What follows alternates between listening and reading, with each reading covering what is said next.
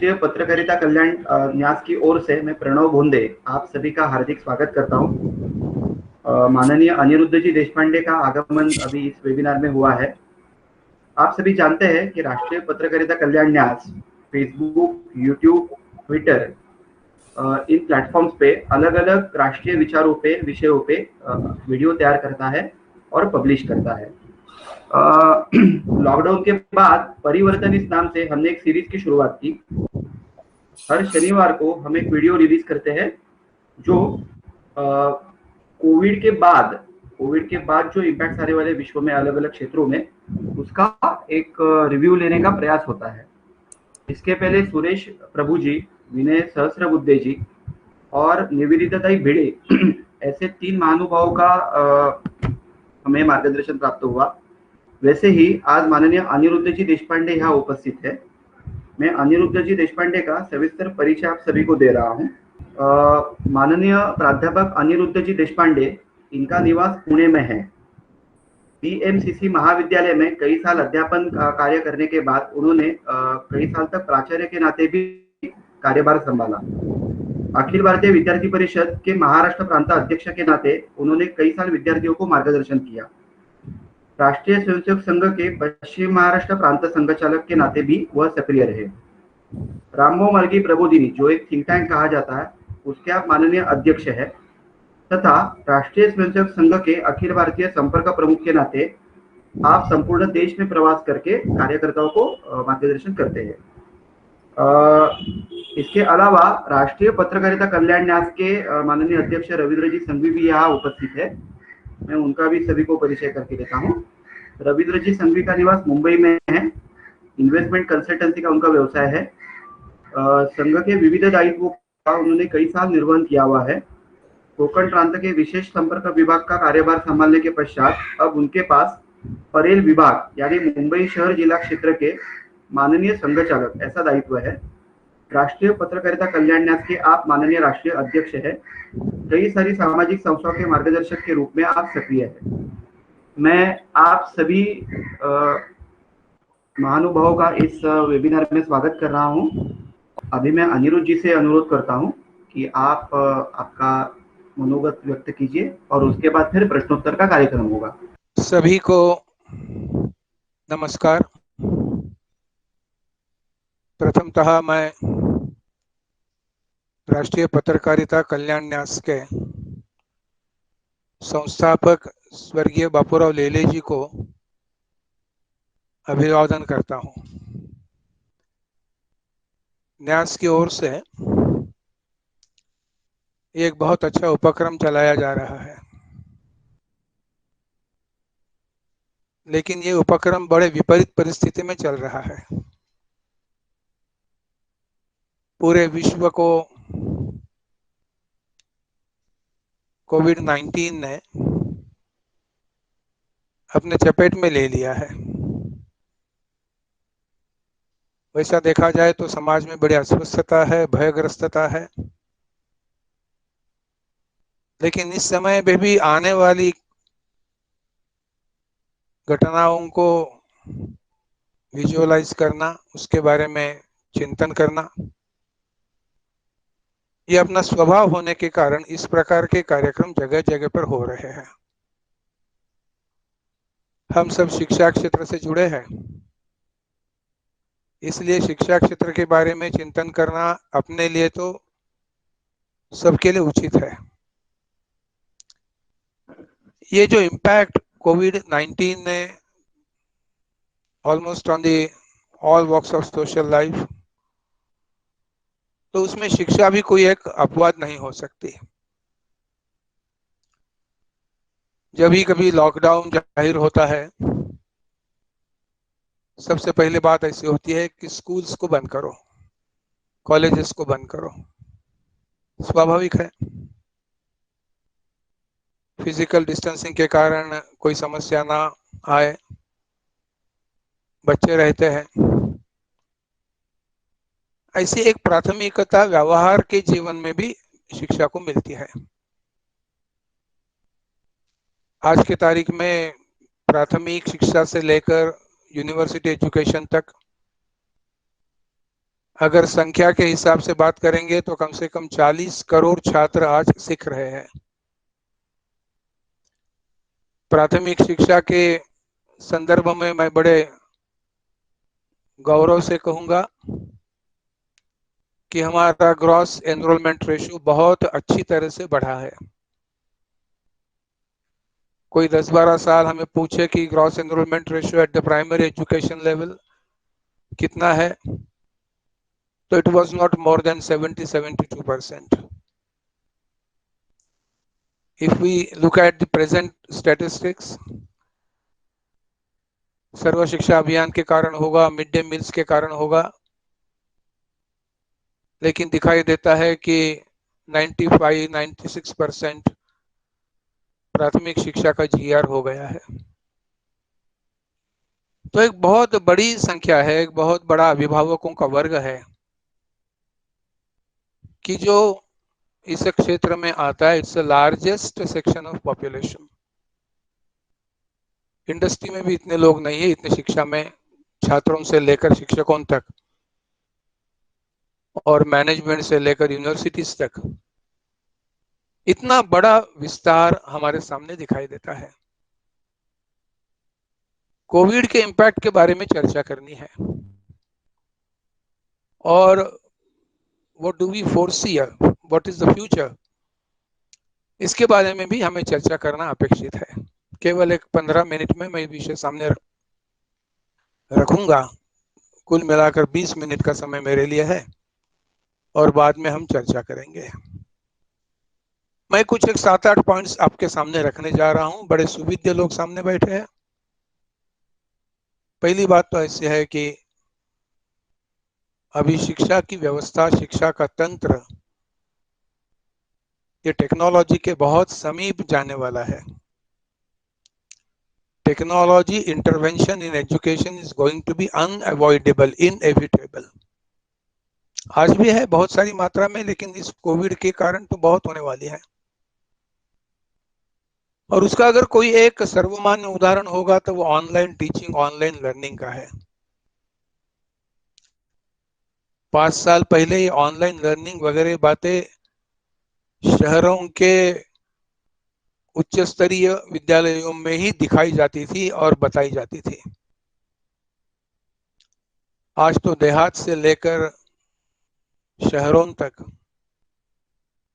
और कोई अगर विदेश में रहने वाला होगा और हमारे देश से शिक्षा लेने वाला होगा तो उसको भी online learning, online teaching, virtual classrooms,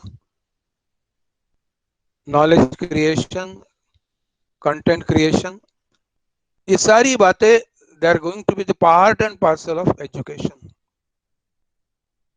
और ये कोई केवल कोविड के कारण आया है ऐसा नहीं है, वो आएगा कोविड के कारण, लेकिन रहने वाला है दीर्घकाल। ऐसा तो नहीं है कि स्विच ऑन स्विच ऑफ करके अभी ये था तो अभी ये बदल देंगे, ये संभव ही नहीं होता है। और इसलिए we are going to stay in the education world with the online virtual classes. अंतरिक्ष शिक्षा के साथ हम जुड़ जाएंगे। लेकिन ये बताने वाली बात तो लगती है अच्छी, it sounds very good, but व्यवहार में आने वाली बातों की चिंता करना हमारा ही काम रहेगा। ध्यान में ऐसा आता है कि बहुत सारे विद्यालयों में शिक्षकों को ट्रेनिंग की आवश्यकता रहेगी। तो मेरा दूसरा मुद्दा है टीचर्स ट्रेनिंग। 200-250 स्ट्रेंथ वाले स्कूल से अगर ऑनलाइन टीचिंग शुरू होता है तो हमारी व्यवस्था आज तो अधूरी है कि जहां प्रत्येक शिक्षक इस तंत्रज्ञान के साथ, इस टेक्नोलॉजी के साथ अकस्टम्ड है, is not familiar with this technology. What needs to be done? It has to create some training aspects और सबको ट्रेनिंग देने की व्यवस्था करनी होगी। शहरों में शायद ठीक है, अंग्रेजी माध्यमों में और ठीक है, लेकिन सामान्यतम छात्र का अगर विचार करना होगा तो ईज ऑफ डूइंग वाली बात जो है वो हमें ऑनलाइन लर्निंग में भी लाने की आवश्यकता होगी। प्राथमिक माध्यमिक के बारे में और 2 मुद्दे मैं कहूंगा, बाद में मैं हायर एजुकेशन की तरफ जाऊंगा। प्राथमिक माध्यमिक में दूसरी बात आने वाली है, टेक्नोलॉजी के साथ इतनी समीपता होने के कारण शिक्षक और विद्यार्थी के संवाद के बारे में समस्या आएगी। वो समस्या ना आए, ये देखने का काम जो विद्यालय चलाते हैं, शिक्षक है, व्यवस्थापन है, उनका आएगा। वास्तव में विद्यालयीन स्तर तक हमारी पूरी शिक्षा पारंपरिक पद्धति में शिक्षक और छात्र के बीच में चलने वाले संवाद के आधार पर है। आइकॉन के रूप में वो शिक्षक की तरफ देखता है, टीचर और उनका व्यवहार देखकर वो अपनी जिंदगी की कोई एक आदतें निश्चित करता है। हमारी ओर भी हम देखेंगे तो हमें हमारे प्राथमिक शिक्षक की याद आती है। वो क्या सिखाते थे ये शायद इतना याद नहीं आएगा, लेकिन वो क्या थे वो याद आता है। तो ये हमारी प्रक्रिया जो है वो टेक्नोलॉजी के पीछे जाकर समय के अभाव के कारण और कभी कभी बहुत ही इंपॉर्टेंस दिया जाता है, इसके कारण it should not lag behind. और इसकी चर्चा भी हमें करनी होगी कि ये करने के लिए if the technology is going to replace our traditional system of education, how to find a way out, ये भी विचार करने की आवश्यकता होगी, क्योंकि भविष्य में हमें दिखाई देता है कि ये होने वाला है। और ये करने के लिए हमें विद्यालयीन स्तर पर बहुत बड़ी मात्रा में करिकुलम डेवलपमेंट की बात करनी होगी। मैं जब फ्यूचरिस्टिक अप्रोच की तरफ देखता हूं और विद्यालयों में जाकर बैठा हूं, इस प्रकार की एक धारणा करता हूं, तब मेरे मन में ऐसा आता है कि बहुत सारे चेंजेस करने पड़ेंगे। परिवर्तन तो आवश्यक ही है। दुनिया के सारे व्यवहारों के साथ प्रतियोगिता करनी होगी तो परिवर्तन आवश्यक है। अपने बच्चे को अगर एक सुव्यवस्थित व्यक्तिमत्व के रूप में निर्माण करना है तो ये दोनों को संतुलित रूप से आगे चलाने की आवश्यकता होगी। और इसलिए ब्लेंडिंग, बैलेंसिंग, कॉम्प्रिहेंडिंग, ऐसी सारी बातें उसमें लाकर एक और नए प्रकार की प्रगल्भता उत्पन्न करने का चैलेंज हमारे सामने है। और उसके लिए सिद्ध होना, उसके लिए तैयारी करना, ये एक बड़ी आवश्यक बात हमारे सामने आती है। प्राथमिक और माध्यमिक विद्यालय के बारे में बहुत सारी बातें आती है।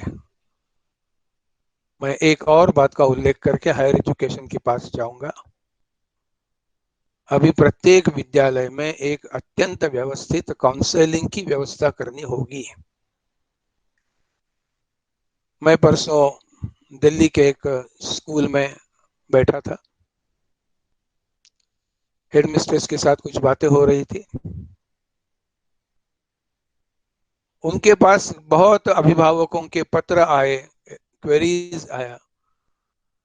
39% of their parents asked for permission for home schooling of their child. 1 वर्ष हम होम स्कूलिंग करेंगे, बाद में रेगुलर स्कूलिंग में लाने के लिए हमें परमिशन दीजिए। क्यों? अपने बच्चे के प्रति चलने वाली चिंता के कारण, ये भयग्रस्तता के कारण होता है। और विद्यालयों की स्थिति भी कभी कभी सामने ऐसी आती है कि ऐसी भयग्रस्तता समर्थनीय लगती है। मैं नहीं मानता कि हर एक स्कूल में ठीक प्रकार की काउंसलिंग की व्यवस्था है। जितना भी घूमना फिरना होता है उसमें बहुत कम जगह पर एक स्थायी स्वरूप की मंत्रणा की व्यवस्था, समुपदेशन की व्यवस्था हमें दिखाई देती है। तो अगर कल के इस कोविड-19 के getting read of a bad impact of it. हमें अगर कुछ बातें करनी होगी तो इन बातों का विचार मुझे प्राथमिक रूप में लगता है। फिर विद्यालय 2 बारी में लीजिए, 3 बारी में लीजिए, 3 दिन ऑनलाइन करे, 3 दिन ऑफलाइन करे, कुछ भी अरेंजमेंट वो कर सकते हैं। Arrangement is not a big problem, वो कर सकते हैं। ऐसे कुछ परिवर्तन की हमें दिख रही है बात, it is written on the wall. और आने वाले समय में इन बातों की आवश्यकता हमें लगेगी, ये ध्यान में लेकर कुछ परिवर्तन की आवश्यकता होगी। हायर एजुकेशन में पढ़ने वाले छात्रों की संख्या भी कम नहीं है। In 1950 we had only 8 universities. आज अगर हम चर्चा करेंगे तो हमारे पास कम से कम 9 से विश्वविद्यालयों की सूची है, universities. Majority of them are affiliated to some university, और थोड़े कुछ लोग प्राइवेट, निजी इस प्रकार का काम कर रहे हैं। छात्रों की संख्या लगभग 4 करोड़ तक जाकर पहुंची है। अध्यापकों की संख्या 15 लाख से ऊपर जाकर पहुंची है, बहुत अच्छी बात है। New education policy is insisting on 50%, minimum 50% enrollment ratio at collegiate level. आप अगर एनईपी का रिपोर्ट पढ़ेंगे तो आपको ध्यान में आएगा कि in the coming 10 years up to 2030 there has to be minimum 50% enrollment ratio. इसमें दो राय हो सकते हैं, मेरी भी राय 100% इतने बड़े जीआर के पास नहीं है, लेकिन सामान्यतम छात्र को भी यह करने की आवश्यकता होने के कारण ये संख्या बढ़ाने की आवश्यकता है। केवल उसमें क्या होना चाहिए इसके बारे में दो मत हो सकता है। तो एक इतना बड़ा युवाओं के देश में चलने वाला अनुपात ध्यान में लेकर कौन कौन से विषयों में परिवर्तन की आवश्यकता होगी।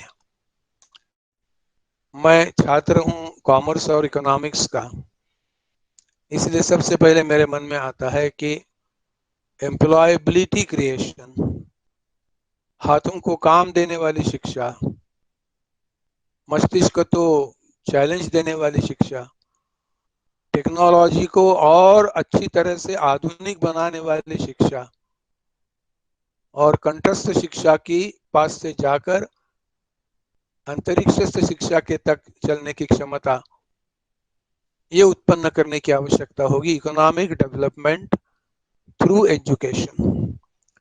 प्रधानमंत्री जी ने एक बहुत बड़ा महत्वाकांक्षी नारा दिया है आत्मनिर्भर भारत का, और आत्मनिर्भर भारत ऐसे हवा में तो नहीं उत्पन्न हो सकता।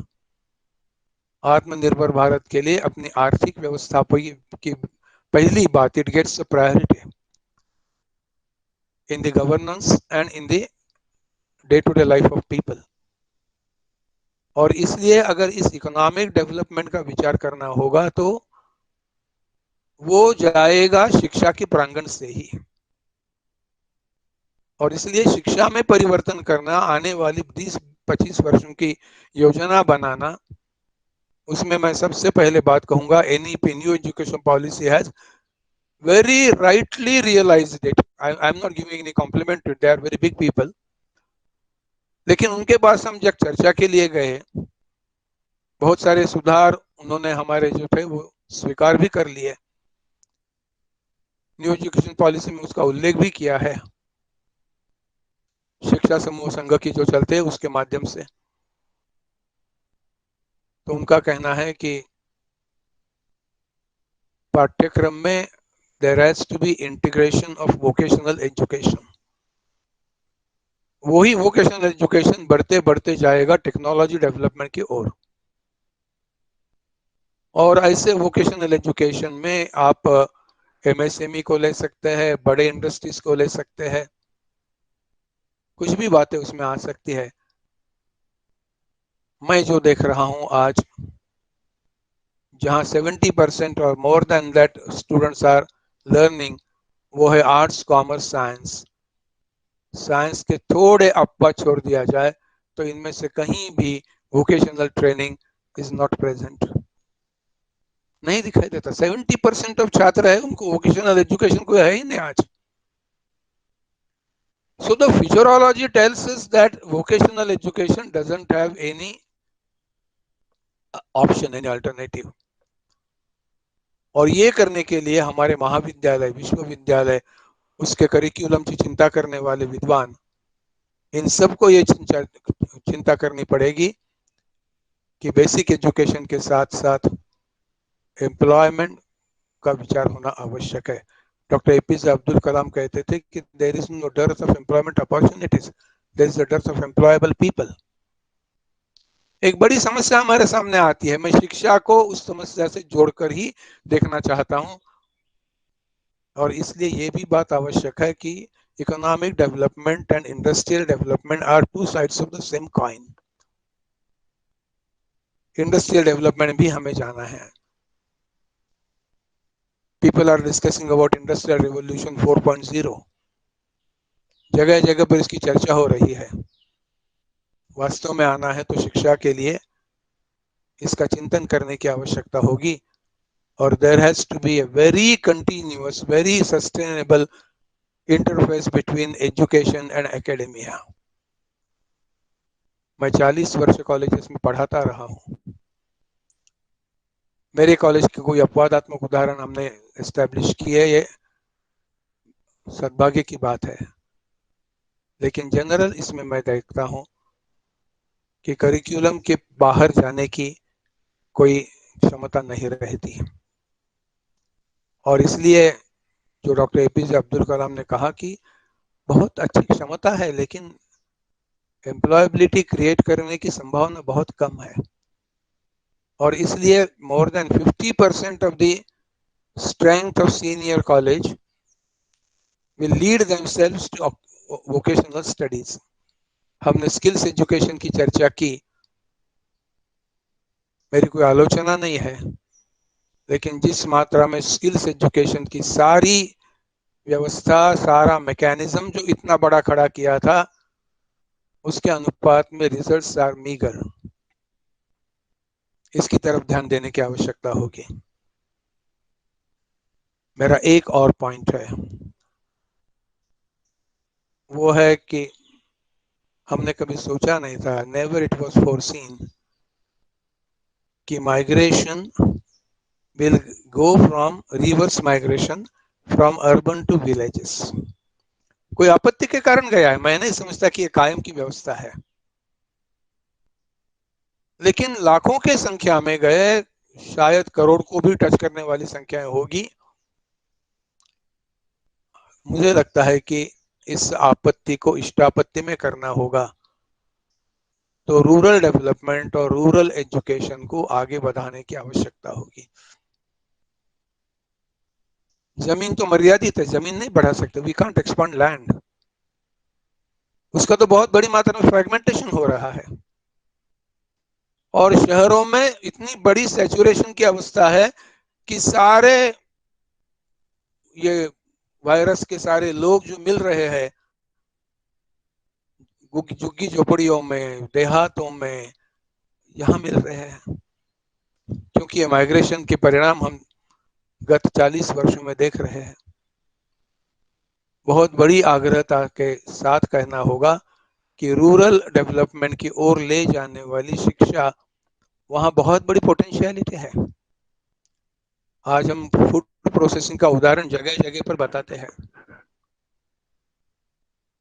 और कैटल डेवलपमेंट की उदाहरण जगह जगह पर बताते हैं।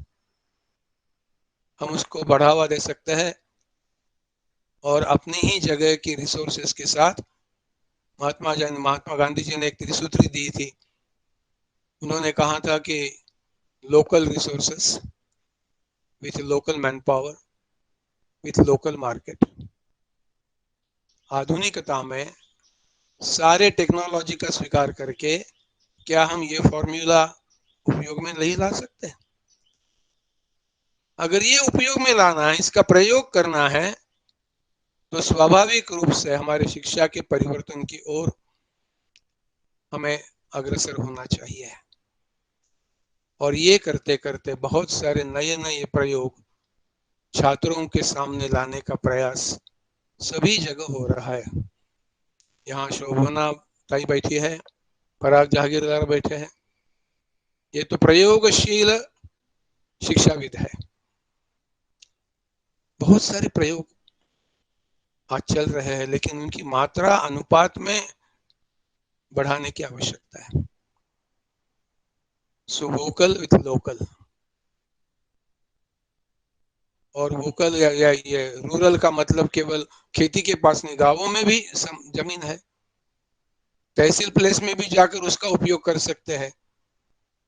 तो ये बड़ी बात करने के लिए ठीक लगती है, लेकिन व्यवस्था में लाने के लिए जब ये आत्मनिर्भर भारत का नारा आता है तो विश्वास उत्पन्न होता है कि शायद ये भी होगा। ऐसे परिवर्तन के बहुत सारे विषय हमारे सामने हैं। शिक्षा एक उसका मूलभूत ढांचा उत्पन्न करने वाली बात है। शिक्षित व्यक्ति संस्कारित रहे, इसके तरफ भी ध्यान देने की आवश्यकता है। कलकत्ता और कानपुर दोनों आईआईटीज में मैंने एक अभ्यासक्रम देखे, 50 मार्क्स का क्रेडिट है, बिना क्रेडिट छात्र नहीं करते, इसलिए क्रेडिट दिया है उन्होंने, और वो है सब value education, ethical management, business and ethics, values in Indian science tradition. क्या हर हम तो कभी करते नहीं। इतनी बड़ी संपदा हमारे पास है, लेकिन परिचित करने की व्यवस्था नहीं है। मुझे लगता है कि कुछ साधन और भी निकालने पड़ेंगे, प्रयोग करने पड़ेंगे कि इंडियन ट्रेडिशनल नॉलेज और इंडियन ट्रेडिशनल साइंस को विश्व के साथ परिचित करवा देना होगा। ये मुद्दा पकड़कर और मुद्दों को ध्यान में लेकर मेरा आखिरी मुद्दा है, हमारा रिसर्च बढ़ने की आवश्यकता है। पीएचडी और एमफिल के कारण जो रिसर्च होता है उसके बारे में नहीं बात कर रहा हूं। National education policy has created national research foundation, an independent व्यवस्था उसके लिए तैयार की है। 20,000 crore rupees per year, that is the only item where some amount is mentioned. बाकी आइटम्स में अमाउंट मेंशन की ही नहीं है, बजट मेंशन नहीं किया है। और ये अगर हम करेंगे और हमारे राष्ट्र की आवश्यकताओं को इसके साथ जोड़ेंगे तो मुझे लगता है कि परिवर्तन की गति भी बढ़ेगी और परिवर्तन वास्तव में भी आएगा। कोविड-19 ने आपत्ति तो खड़ी कर दी है, कभी सोचा नहीं था ऐसे आपत्ति खड़ी की है। मैं जहां हॉस्पिटल्स में गया, ध्यान में आया कि कल क्या होने वाला है। पेशेंट से मिलने के लिए जाना था, वहां मूर्त व्यक्ति को देखने के लिए जाना पड़ रहा है। तो ऐसी गहरी समस्या में भी हम इस विषय का चिंतन कर रहे हैं, क्योंकि कल की बात उज्जवल है, यह हम जानते हैं। और इसलिए मैं कहूंगा कि चिंतन और व्यवस्था कोविड-19 के कारण है, लेकिन paradigm shift is going to come. उस पैराडाइम शिफ्ट को सहायभूत होने का काम करने के लिए चिंतन की आवश्यकता होगी। आज के आपके साथ होने वाले इस चिंतन को मैं उसी कड़ी का एक धागा मानकर सभी को फिर एक बार धन्यवाद प्रदान करके मैं मेरा निवेदन पूर्ण करता हूँ। कुछ बातें जो मेरे मन में आ रही है शिक्षक के नाते, वो मैं रख रही हूँ। अभी अभी हमने यह देखा कि टेक्नोलॉजी का प्रभाव बढ़ा है। अभी तक हम बच्चों को कहते हैं कि स्क्रीन से दूर रहो, स्क्रीन से दूर रहो, और अभी हम ही उनके हाथों में स्क्रीन थमाकर बोल रहे हैं कि ऑनलाइन क्लासेस अटेंड करो। तो ऑनलाइन क्लासेस में engagement with teacher, engagement with content, engagement with action कितनी होती है, यह ही बड़ा सवाल है।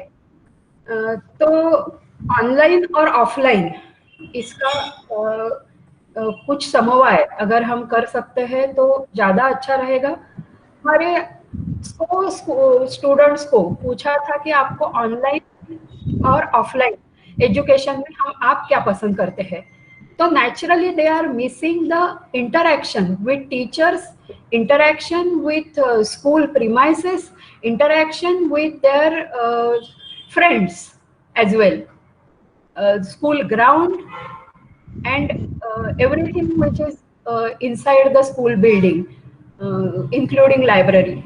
So ये जो है, वो जो अंतरक्रिया है, जो इंटरेक्शन है, वो उन्हें हम कैसे दें, इसलिए ऑनलाइन ऑफलाइन का कुछ कॉम्बिनेशन हमें बढ़ाना पड़ेगा। नहीं तो जो ऑनलाइन क्लासेस चल रहे हैं वो तो इतने ड्राई है कि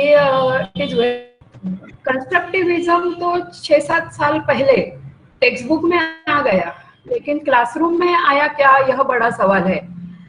तो this is a proper time to introduce constructivism in the education of children, which they can pursue in their home environment if we create some meaningful activities around the content of textbook. तो text book पढ़ाना यह content नहीं है, text book एक निमित्त मात्र है। तो वो जो विषय हम पढ़ाने जा रहे हैं उसकी फ्रुति और उसके जो स्किल्स है, imparting those skills and content is more important. Secondly, अभी पढ़ाई की जिम्मेदारी किसकी है? स्कूलों की है, पेरेंट्स की है, टीचर्स की है।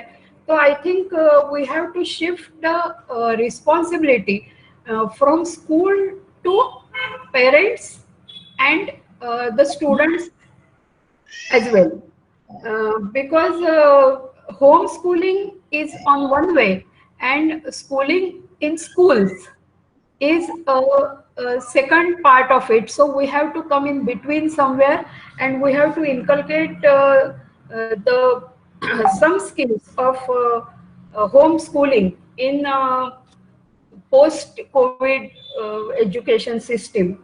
Life skills and study skills देना बच्चों को, ये भी important रहेगा। थ्रू लाइफ स्किल्स जो उनकी पर्सनैलिटी है, तो पर्सनैलिटी बिल्डिंग में तो काम आएगी ही, और study skills will help them in self learning activities, because they have to take the responsibility as well with the teachers and with schools and with the management also. So I think this ownership of education, then interaction between student teacher, student and some training part to parents also. अभी Deshpande sir ने बताया कि teachers को जरूरत है, वैसे जरूरत parents को भी है, बिकॉज अब तक उन्होंने कुछ रिस्पॉन्सिबिलिटी ज्यादातर एजुकेशन में ली नहीं है। तो how they will help students, how they will facilitate the education process of students, they have to be trained in that. So parents, training of parents is also important on my part. I think I'm done. I have 2-3 points which I want to mention over here. एक जो है education system में, schooling में शायद बड़ा बदलाव आगे के कुछ दिनों में आएगा। मुख्यतः अभी जो व्यवस्था चल रही है, बच्चे घर में बैठकर ऑनलाइन पढ़ रहे हैं, उसमें रेगुलरिटी उसमें आ सकती है। वो कैसे हो सकता है, ऐसे कुछ दिनों पहले हमने विचार किया था, वो यहाँ पे प्रस्तुत करता हूँ। शायद ये हो सकता है कि आज के बाद में स्कूलिंग रेगुलर 6 दिन का या 5 दिन का न होते हुए 3 दिन का ही स्कूलिंग हो, और बाद में बच्चों को 2 या 3 दिन के लिए घर में कुछ एक्टिविटीज करने के लिए स्कूल से बताया जाए। यानी थियरी पार्ट जो समझना है वो स्कूल में बच्चा समझ लेगा, और बाद में उसके बाद में स्कूल से बच्चों को कुछ किट्स दे जाएंगे जो घर पे जाकर वो एक्टिविटीज परफॉर्म करे। It may be like Gurukul sort of, कि 3 दिन बच्चा वहाँ पे शिक्षकों के साथ में रहेगा, पूरी जो थियरी पार्ट है वहाँ में उनके सबके साथ इंटरेक्ट होगा, जो सीखना है वो सीखेगा और घर में जाके बाद में 3 दिन उस विषय को लेकर कुछ एक्टिविटीज परफॉर्म करेगा जिससे उसको कुछ प्रैक्टिकल नॉलेज आए। ऐसी व्यवस्था बहुत मात्रा में अलग अलग जगह पे शुरू हो सकती है। इस विषय में हम लोगों को विचार करना चाहिए। इस विषय को लगकर और एक विषय हम लोगों ने विचार करना चाहिए, वो है अपनी संस्कृति में अलग अलग विषय अलग अलग संशोधन हुए हैं। वो संशोधन हम केवल संशोधन हुए हैं इस तरह से न रखते हुए हम उस विषय को लेकर आगे कैसे बढ़ सकते हैं।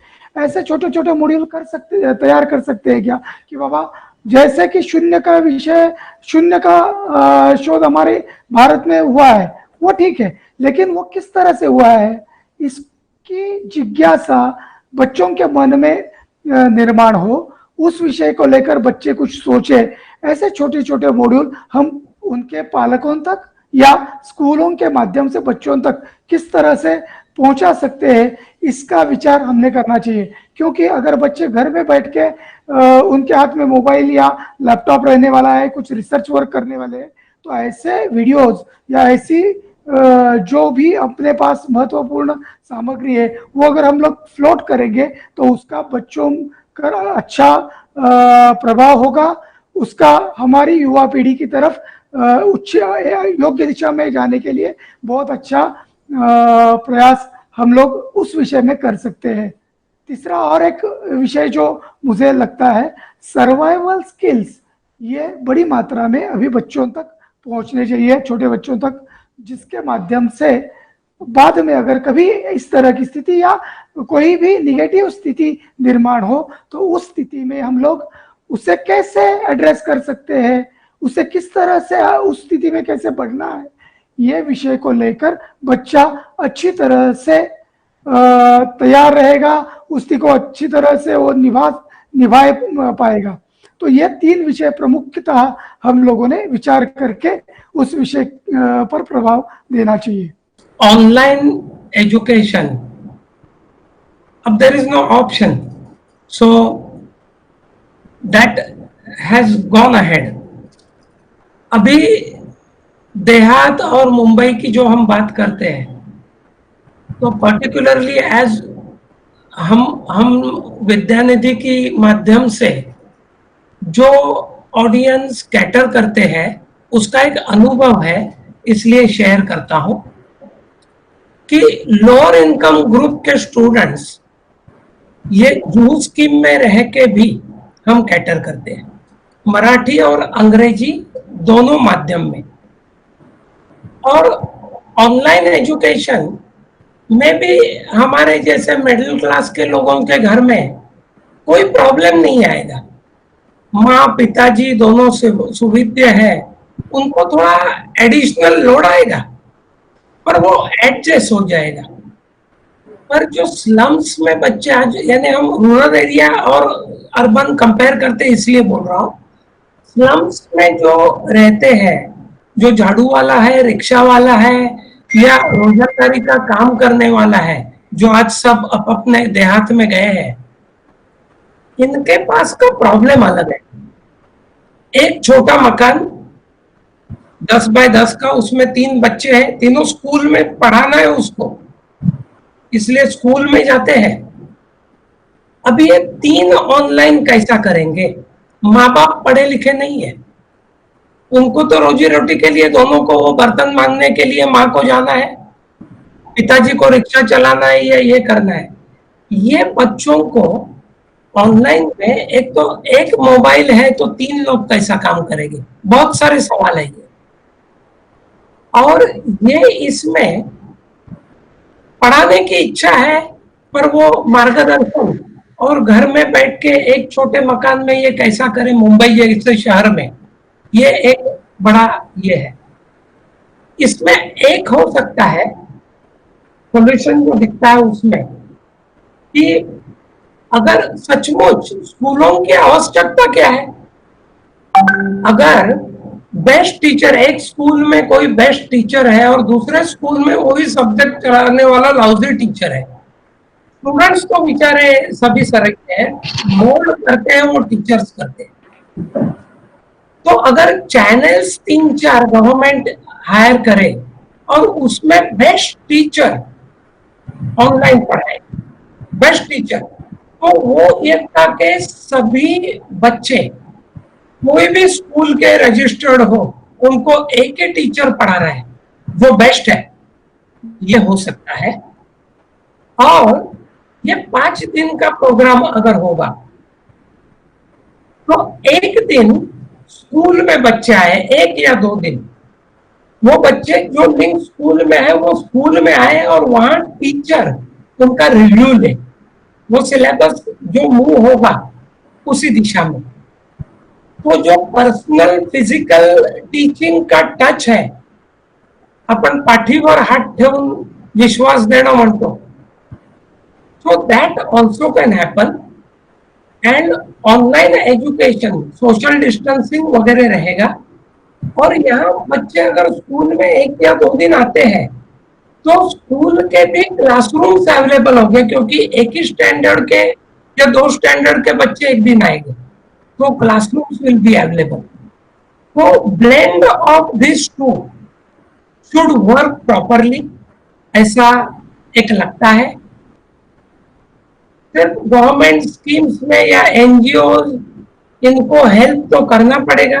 अगर ये चैनल का सिस्टम हुआ तो हर एक के घर में टीवी है, स्मार्टफोन सबके पास उतने नहीं अवेलेबल होंगे, टीवी तो सभी के पास है, वहां से चैनल एक्सेस हर स्टैंडर्ड का अलग अलग टाइम होगा, तो वो बच्चे अलग अलग टाइम में एक ही टीवी में देख सकेंगे। पर अलग अलग स्कूल में 2-3 बच्चे और एक स्मार्टफोन घर में है तो मारामारी है, और उतने पैसे अभी लोगों के पास बचे नहीं है लॉकडाउन के बाद में, जो रोजंदारी वाले मुंबई में रहने वाले हैं उनकी। तो वहां एनजीओ का रोल एक बहुत बड़ा आता है। स्कूलों का जिनके पास सरप्लस फंड्स है, या तो मैनेजमेंट जो है उनको एक जिम्मेदारी आती है कि बच्चों को एजुकेशन डिप्राइव्ड हो नहीं रहे, इसलिए टैब्स और ये प्रोवाइड करे, तो वो एक हुआ। दूसरा जो वोकेशनल का है कि सचमुच ये बहुत चर्चा इसके ऊपर तो हो गई है कि ये एसएससी होना जरूरी है क्या, उसके आगे ग्रेजुएट होना जरूरी है क्या, ये सब ठीक है। सचमुच एसएससी जो ड्रॉप आउट्स है, 7वीं 8वीं कक्षा में ड्रॉप आउट्स है, उनके लिए privately various institutes conduct various thing, पर स्कूल में या गवर्नमेंट का एक्चुअल लाइनअप नहीं है। क्या वोकेशनल स्टडीज 8वीं 9वीं से ही चालू हो सकती है हर स्कूल में एज ए कंपलसरी सब्जेक्ट? इसलिए मैं उदाहरण देना चाहूंगा, गिरीश प्रभुणे जी का जो चिंचवड़ में उनका इंस्टीट्यूट है, पुनरुत्थान समरसता Gurukulam and all, very good concept. एक बार जस्ट प्रणव जी, थोड़ा ज्यादा टाइम ले रहा हूं मैं, हमने विद्यानिधि में उनको बुलाया था बड़े उत्साह के साथ, वो आ गए, पूरा मैनेजमेंट के लोग साथ में बैठे हैं। गिरीश जी ने पहले हमको झाड़ दिया पूरा कि आप ये लोगों का करियर बर्बाद कर रहे हो, वी आर ऑल स्टन कि ये क्या हो रहा है। हमने बुलाया, पहले ही वाक्य में ये सब करके आप करियर खराब कर रहे हो उनका, क्या कर रहे हो आप, आपको पता है? आप एक साचे में डाल रहे हो उनको, ग्रेजुएट बनाओगे, बाद में क्या है, कुंभार का लड़का है वो कुंभारी छोड़ दिया, कॉबलर का है वो छोड़ दिया, उसको कम लगता है वो, पर बाटा चलता है, दाऊद का शूट चलता है, सिरेमिक्स इंडस्ट्री इज बूमिंग, उसके आर्ट्स के इसमें पैसा है, और कुंभार का लड़का बीए बीकॉम हो के नौकरी ढूंढ रहा है 5-10 हजार रुपए का, आप उसका करियर बर्बाद कर रहे हो। उनके जीन्स में जो स्किल्स है, जो वो हम एक्सप्लोर ना करें, ये एक थॉट से जो उन्होंने एक सुंदर वर्कआउट किया है। तो ये टाइप से स्किल डेवलपमेंट जो हेरिडेटरी आए हुए हैं वो करके क्वेश्चन कि आप कह रहे हो पर वो कैसा नहीं, तो हम मार्केटिंग कोई लोगों को सिखाए, कोई लोगों को प्रोडक्शन सिखाए, टेक्नोलॉजी डेवलपमेंट सिखाए, पर ये लोगों को बिजनेस ओरिएंटेशन अगर करते हैं पहले से तो दैट इज अ सॉल्यूशन। तो वैसे अगर स्कूल लेवल से ही ये करें, और एक अच्छा दूसरा उदाहरण देता हूं, अगस्त्या फाउंडेशन करके एक बहुत बड़ा एनजीओ है, आंध्र प्रदेश का है, और मुंबई के स्कूल्स में साइंस का मोबाइल वैन घूमता है और उनकी वर्कशॉप्स में साल भर लेते हैं। ये छुट्टी में उन्होंने बहुत अच्छा उपक्रम किया, जो अभी चर्चा में आया था, उसका सॉल्यूशन वही है कि मैंने उनको कहा कि मैं साइलेंट स्पेक्टेटर करके स्टूडेंट नहीं, पर मैं ग्रुप ज्वाइन करूंगा और मैं ऑब्जर्व करूंगा, चलेगा कि आपको? तो ही परमिटेड मी। उसने बच्चे घर से बाहर नहीं जाए पर घर में साइंस सीखे, इसलिए घर में अपने पास जो जो चीजें होती है उससे ही कैसे साइंस में पढ़ा सकता हूं, ये करके एक्सपेरिमेंट्स डिजाइन करके एक दिन वो पूरा समझाएगा। सुयोग पाटिल करके इंस्ट्रक्टर है, वंडरफुल। दूसरे दिन होमवर्क देगा कि आपको ये सब घर में से जमा करना है, घर से बाहर नहीं जाना है, रद्दी में से पेपर लो, हल्दी लो, ये लो, स्ट्रॉ लो, एंड आपको ऐसा कुछ करना है। क्या करोगे वो मुझे दूसरे दिन करके बताना, व्हाट्सएप पे डाल देना। सो व्हाट्सएप पे आने के बाद देन ही कॉल्स, फिर जूम में आके चलो डेमोन्स्ट्रेशन दे दो। Creativity in science development with available resources at home, बहुत अच्छे रीत से लास्ट 1 month ही is conducting. All schools can really take this as a model and should do that. बहुत अच्छा ये चल रहा है, बहुत स्कूल करते भी होंगे, पर विथ अवेलेबल रिसोर्सेस आज ये करना जरूरी है। बच्चे ने तो माँ बाप के पीछे पड़े कि हमको बाहर से लेके आओ, वो नहीं।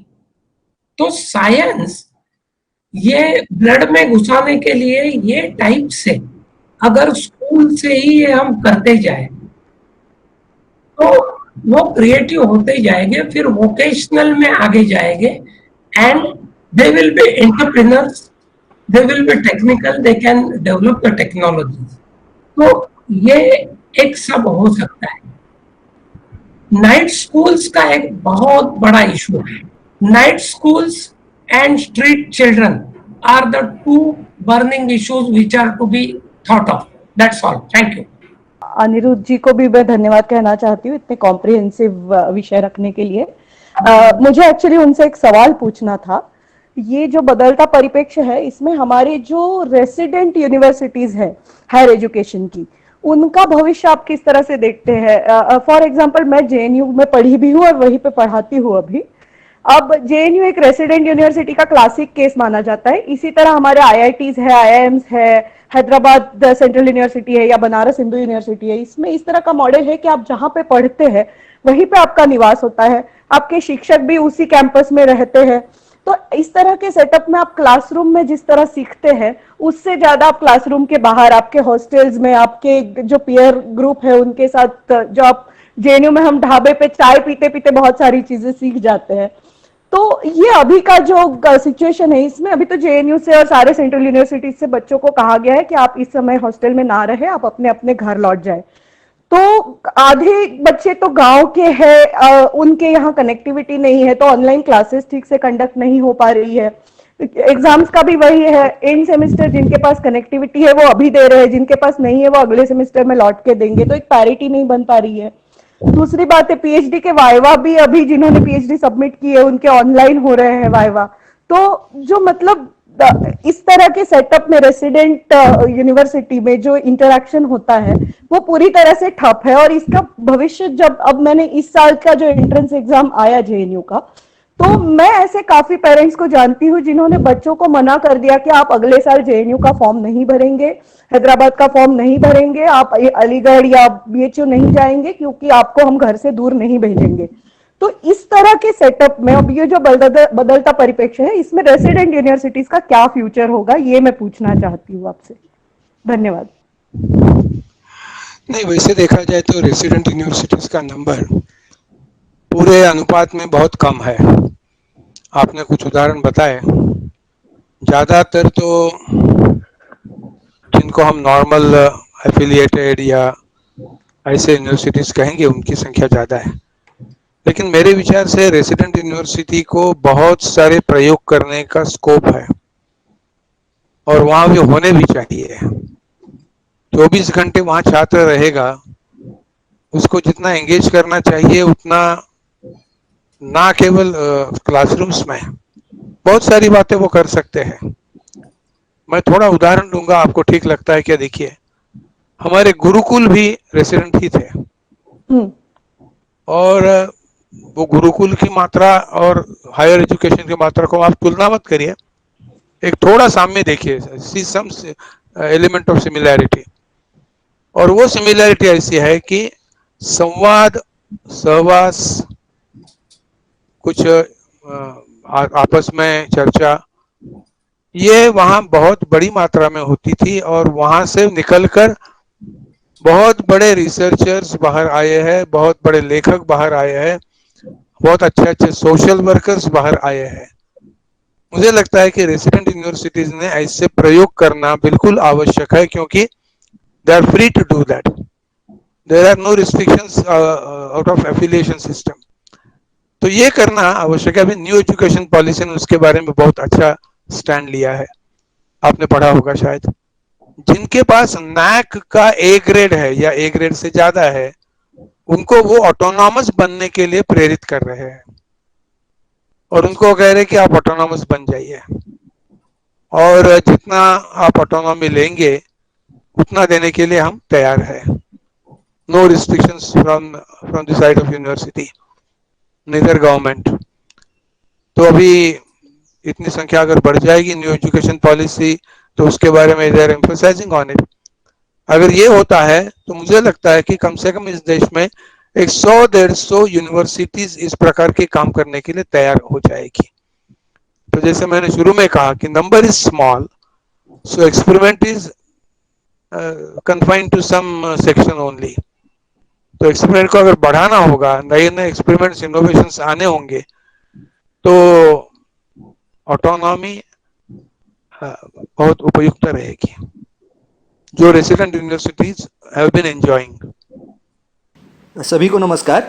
मुझे अनिरुद्ध जी से प्रश्न करना था कि भारत में आगे के कुछ समय में क्या इंटरडिसिप्लिनरी रिसर्च अपॉर्चुनिटीज़ बढ़ने की संभावना है, और आप भारत में एजुकेशन में इंटरडिसिप्लिनरी रिसर्च को आगे के कुछ काल में कहाँ देखते हैं?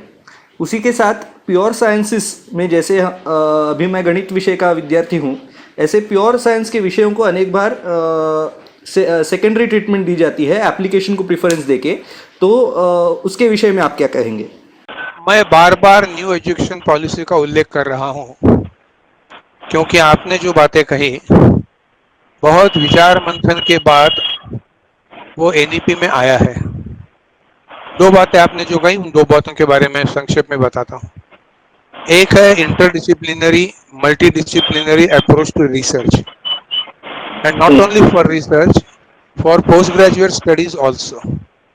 ग्रेजुएशन तक ठीक है, आप थोड़ा एक चौखट बनाइए, लेकिन after graduation there has to be some free hand for the choice of subjects. अभी हमने इतने बिल्कुल उल्टा कर दिया है।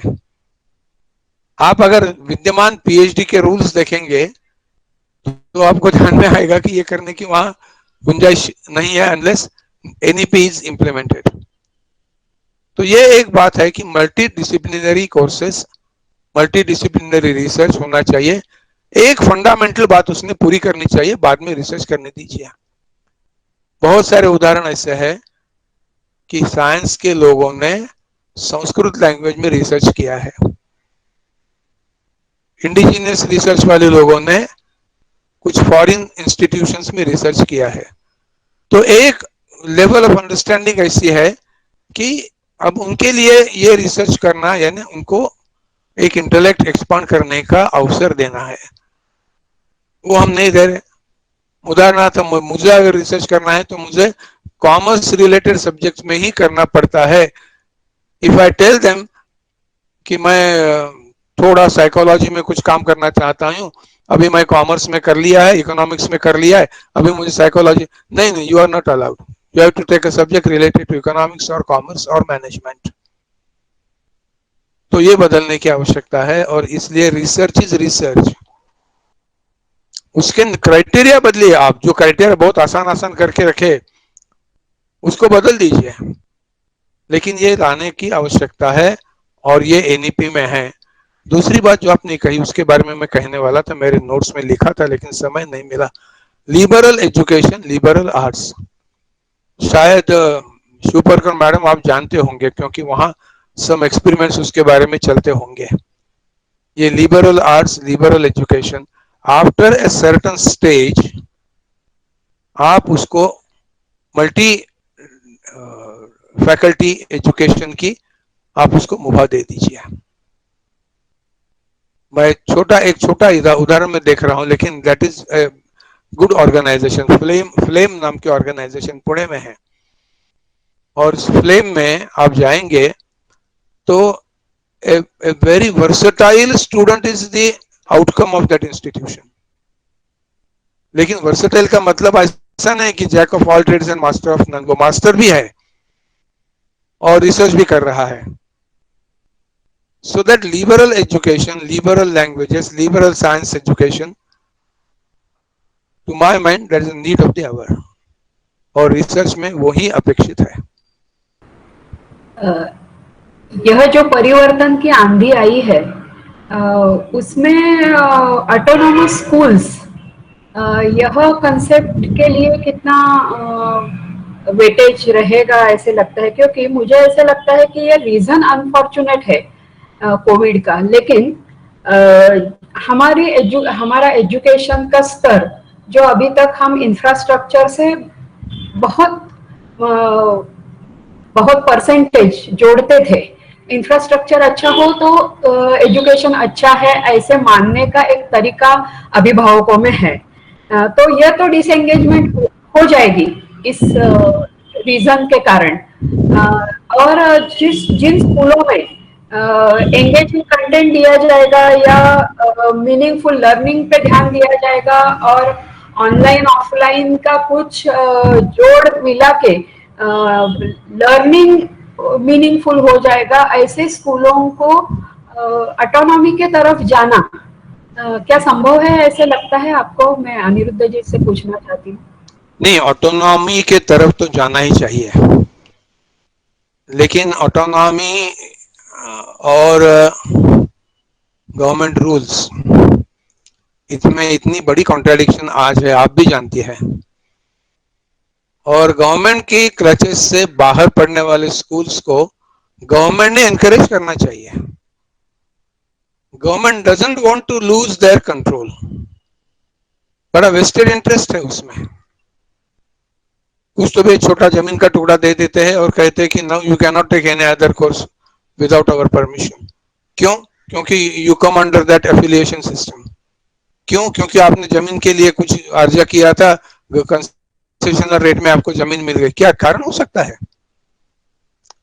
तो मुझे लगता है कि जितनी ऑटोनॉमी वहां मिलेगी, हाँ थोड़ा कंट्रोल रखना पड़ेगा। ऑटोनॉमी का मतलब कुछ भी करे ऐसा नहीं है, क्या टेक्स्ट बुक पढ़ाते हैं, क्या प्रयोग करते हैं, थोड़ा इंस्पेक्शन होना आवश्यक रहता है। लेकिन autonomy at the school level बहुत अच्छे प्रयोग चल रहे हैं। उसमें से फिर एक थोड़ा जिसको हम कहते हैं कि पड़वाट निकालते हैं, वो कहते हैं कि 10वीं तक वो ऑटोनॉमस रहेंगे, फिर वो ओपन स्कूलिंग को बिठाते हैं, फिर रेगुलर कॉलेजेस में जाने के लिए वो मुक्त हो जाते हैं। तो ये अगर आपको ये ठीक लगता तो आप ये करिए। तो ये भी एक है कि ऐसे प्रयोग चल रहे हैं। आपने देखे होंगे रमेश पांसे जी जो स्कूल चलाते हैं, आपने तो देखा ही है। वहां एक बच्चा 7वीं में है ऐसा कहता है, लेकिन वो 10वीं के पेपर लिख सकता है।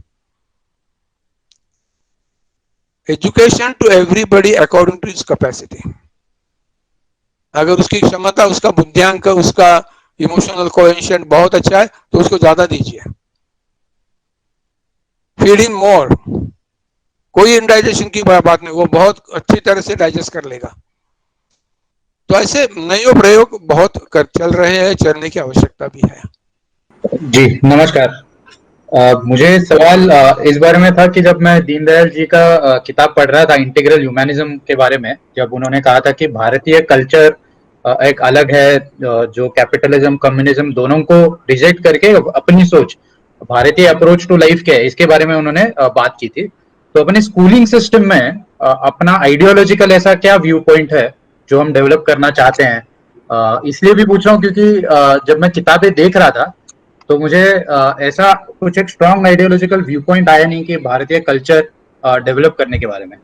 आप अगर आज की व्यवस्था की तरफ देखेंगे तो आपको वो शायद नहीं मिलेगा। और ये लाने का मतलब जो है, पंडित दीनदयाल जी का उदाहरण आपने दिया कि ये कैपिटलिज्म नहीं, कम्युनिज्म नहीं, थर्ड वे की तरफ जाएंगे। और थर्ड वे के लिए एक मानस तैयार करना भी आवश्यक होता है, और वो मानस तैयार करने की आवश्यकता होगी हमारी शिक्षा व्यवस्था से। 50 साल तो मैकॉले ने राज कर लिया हमारे ऊपर, ज्यादा ही होगा। उसके बाद में थोड़ा थोड़ा मैकॉले के क्लचेस से बाहर आकर प्रयोग करने शुरुआत की, तो एजुकेशन और सैफ्रनाइजेशन वाली बातें आने लगी, और ऐसी बातें आने लगी तो रोड़े लगने लगे, क्योंकि we are dependent on government grants.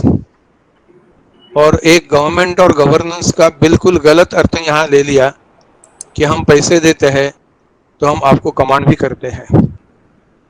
इसमें से बाहर निकली प्राइवेट इंस्टीट्यूशंस बहुत बहुत बहुत कम बाहर निकली, लेकिन निकली, और निकलकर जिन्होंने कुछ नए प्रयोग किए, बहुत ही अच्छे प्रयोग विद्या भारती के माध्यम से दिखाई देते हैं। और विद्या भारती आज जो माध्यम लेकर चल रही है, इट इज मोर और less very close to Deendayal चिंतन, जिसमें राष्ट्रभक्ति, सेंस ऑफ बिलोंगिंग, बंधुभाव, विकास की कल्पना, महिला पुरुष के संबंधों के बारे में स्पष्टता, समाज में चलने वाली दुख दैन्य के परिचित होकर उसका निवारण करने वाली प्रेरणा, सब बातें उसमें आती है, जिसको हम वैल्यूज कहते हैं। वो वैल्यूज पुस्तकों में और पढ़ाने के शैली में, ये पढ़ाने की शैली का भी बहुत बड़ा महत्वपूर्ण स्थान है। उसमें आएंगे तो ये मानस बदल जाता है। आप कल्पना करिए, उदाहरण ठीक नहीं, विद्या भारती से जो बाहर आते हैं उनका साधारण जीवन का व्यवहार तुलना में you will find it much better. इसमें माध्यम का भी प्रभाव है। बहुत दिनों से बात कर रहे हैं हम कि भाषा, मातृभाषा में शिक्षा, और नीचे आते हैं तो हम कहें कि कम से कम प्राथमिक तक तो दीजिए, 5वीं इयत्ता तक तो दीजिए मातृभाषा में शिक्षा। अपनी सारी विचार करने की पद्धति मातृभाषा में, और पढ़ने लिखने के लिए मातृभाषा नहीं। बहुत सारे देशों के उदाहरण लिए जाते हैं कि वहां उनकी भाषा में सिखाते हैं। अभी समाज की भी कोई एक जवाबदारी है, क्योंकि English medium is the best thing ये कहकर अपने छोटे छोटे देहातों में अभी वो बसेस आती है, छात्र को लेकर जाती है, ये सब करती है। तो आज के वातावरण में हिम्मत के साथ माध्यम को भी महत्व देकर बच्चों को वहां पढ़ाने की आवश्यकता है। तो ऐसी बातें हमारे सामने है, लेकिन आज की व्यवस्था में मैं आपको कहूंगा कि ये एलिमेंट शासन की मान्य संस्थाओं में बहुत कम मात्रा में आपको देखने को मिलेगा। मोदी गवर्नमेंट के बाद में हमने कुछ परिवर्तन किए हैं, जैसे शोभना एनसीटी का उदाहरण दे सकती है, मैं एनसीईआरटी का उदाहरण दे सकता हूँ, और सीबीएसई की पुस्तकों में भी परिवर्तन आ रहा है, और महाविद्यालय क्षेत्र में भी इसके बारे में कुछ चर्चा हो रही है कि value education make it integral part of education. तो ये आने की संभावना भी है। मैंने 2 बातों का उल्लेख किया, एक तो मैकॉले की थी, बाद में सैफ्रनाइजेशन की थी, सेक्युलरिज्म की बात थी। अभी उससे बाहर निकलकर एक अच्छी शिक्षा व्यक्ति को man making education, character building education, expanding his intellect and make him stand on his own feet. ये स्वामी जी की जो बातें है वो शिक्षा में लाने का प्रयास करने की आवश्यकता तो है ही, प्रयोग चल रहे हैं। मैं पत्रकारिता कल्याण न्यास के माननीय अध्यक्ष रविंद्र जी से अनुरोध करता हूं कि इस चर्चा सत्र का समारोह वो आभार प्रदर्शन से करें। सबको नमस्कार। जी नमस्कार। लॉकडाउन शुरू हुआ तब से हम सब एक विशेष परिस्थिति से गुजर रहे। पूरा विश्व, संघ की अनेक संस्थाएं, पत्रकारिता कल्याण न्यास और भी संस्थाएं हैं, इस प्रकार के माध्यम से सबको जोड़ना और हमारा जो ज्ञान, हमारी जो समझ, हमारी जो भूमिका है या राष्ट्र या शिक्षा, उसको थोड़ा विस्तृत करना। तो ऐसे माननीय अनिरुद्ध जी जैसे शिक्षा जगत के हैं, तो लाभ समाज के विविध क्षेत्र के सजगों को मिले, ऐसा हमारा प्रयत्न है। और आप सबने भी, मैं समझता हूँ कि प्राथमिक शिक्षा से लेकर उच्च शिक्षा तक के जो भी प्रश्न है, आपके आकलन है, भारतीय सभ्यता में उसको हमें कैसे देखना है, उकेल लाना है, उसकी एक अच्छी चर्चा भी हो गई और माननीय अनिरुद्ध जी का अच्छा मार्गदर्शन भी मिला। मुझे पूरा विश्वास है हम सब ने कुछ न कुछ पाया होगा।